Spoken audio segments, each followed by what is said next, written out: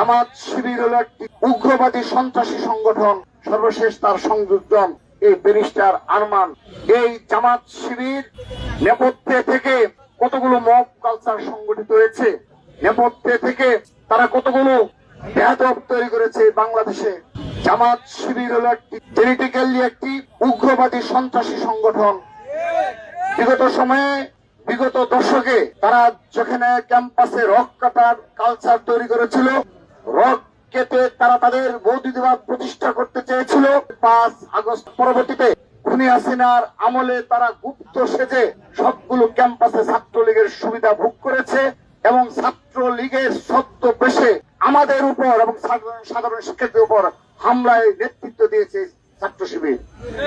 পরবর্তীতে 5 আগস্ট পরবর্তী বাস্তবতায় তারা আবার পুরুষ পাল্টে কেউ সাধারণ শিক্ষার্থী সেজেছে, কেউ বেদব হিসেবে আবির্ভূত হয়েছে। অল্প কিছু নেতাকর্মী নিজেদের শিবির হিসেবে আত্মপ্রকাশ করেছে।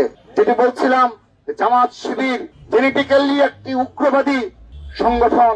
তারা যখন যে রূপ লাভ করা প্রয়োজন তখন তারা সেই রূপ লাভ করে, সেই রূপ ধারণ করে।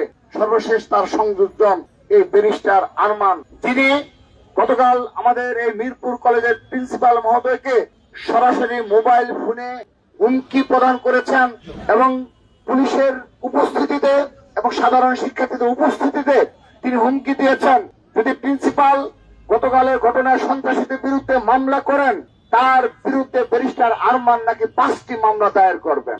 এই হুমকি ধারণ কি করেছে। শুধু তাই নয়, তাকে বলেছে তিনি কিভাবে প্রিন্সিপাল